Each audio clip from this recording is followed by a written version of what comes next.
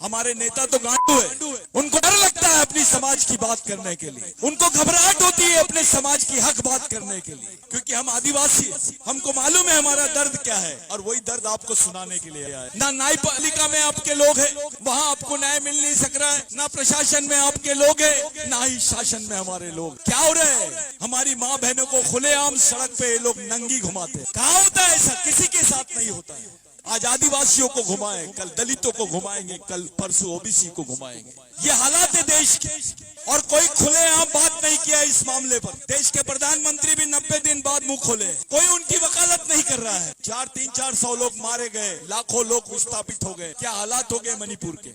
ये जो यूसीसी की बात की जा रही है, ये ओबीसी को खत्म करने के लिए यूसीसी की बात की जा रही है। इसको आप दूसरे तरीके से देखिए, इसको सामाजिक धार्मिक तरीके से मत देखिए। ये सामाजिक प्रश्न है, आपकी जो सामाजिक संस्कृति है उसी को खत्म करना चाहते हैं, ताकि दोबारा ओबीसी की आने वाली जो पीढ़ी है खुद को मूल निवासी ना बोल सके, खुद को इस देश का मालिक ना बोल सके। इसी वजह से इन लोगों ने ये काम किया है। साथियों, ना आपकी जातिगत जनगणना की बात सुनी जा रही है, ना ही आदिवासियों की कोई जल जमीन जंगल की बातें सुनी जा रही है, ना ही दलितों पर जो अत्याचार हो रहे हैं उनकी कोई बात सुनी जा रही है। ये माहौल पूरे देश में आपके सामने है। हम इस बात का निषेध करते हैं जो घटना मणिपुर में हुई, और इस बात का हम लोग निषेध करते हैं कि गवर्नमेंट जो आदिवासियों पे जबरदस्ती यूसीसी लागू करने की बात कर रही है, ओबीसी पे जबरदस्ती यूसीसी लागू करने की बात कर रही है, दलितों पे जबरदस्ती यूसीसी लागू करने की बात। एक आखिरी प्रश्न, जिस देश में गरीबी चरम सीमा पर हो, जिस देश में आदिवासी आदमी भूख से मरता हो, जिस देश में आदिवासी बच्चे को गोलियां मिलती हो, उसको बंदूकों की गोलियों से मारा जाता है, जिस देश में आदिवासियों को नंगा घुमाया जाता है, जहाँ ओबीसी सड़क पर भीख मांगता है, जहाँ किसान आत्महत्या करता है, वहाँ यूसीसी की बात क्यों की जा रही? पहले जातिगत जनगणना तो कर लो, लेकिन नहीं करेंगे ये लोग। ये आपकी तादाद आपको बताना नहीं चाहते हैं। जिस दिन आपकी तादाद समझ में आ जाएंगी, देश के मालिक बन जाएंगे आप। ऐसे समय हम लोगों ने हमारी सामाजिक ताकत पे ही भरोसा करना चाहिए, क्योंकि हमारी राजनीतिक ताकत शून्य है। अब हमको समाज से ही कोई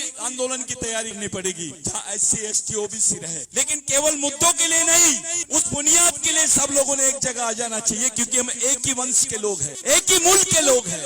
ओबीसी का भी DNA एक है, दलितों का भी DNA एक है, आदिवासियों का भी DNA एक है। आप लोग अपने खून के लोगों के साथ में एक जगह खड़े रहो, तो ही इस देश में बच पाओगे। मैं आपको एक बात बताना चाहता हूँ, ये याद रखिए, ये हमारी आखिरी पीढ़ी द्वारा अपनी आखिरी पीढ़ी को बचाने के लिए लड़ी जाने वाली आखिरी लड़ाई है। अगर ये लड़ाई आप हार गए, तो इस देश से आपका नामो निशान खत्म हो जाए। आप कितने भी सम्मेलन करो, आप कितने भी बड़े नेता बना लो, उससे कुछ होने वाला नहीं है। जब तक के समाज की बुनियादी ताकत खड़े नहीं कर पाएंगे, हमको कोई इस देश में पूछेगा नहीं। ऐसी क्या बात है कि जिन्होंने जातियां बनाई थी इस देश में, वो अब जातिगत जनगणना से डर रहे हैं? ऐसी क्या बात है कि जिन्होंने जातियां बनाई थी इस देश में, अभी आज ओबीसी बोलता है कि इसकी जातिगत जनगणना कर लो, और वो नहीं मान रहे। आप जानते हो कि आपको तो 50% आरक्षण तक रोक दिया गया है, और जो बचा हुआ 50% है वो खुले वर्ग के लिए छोड़ दिया गया। उनकी जनसंख्या 17% और उनको आरक्षण 50%, आपकी जनसंख्या 65% और आपको आरक्षण 23%। ये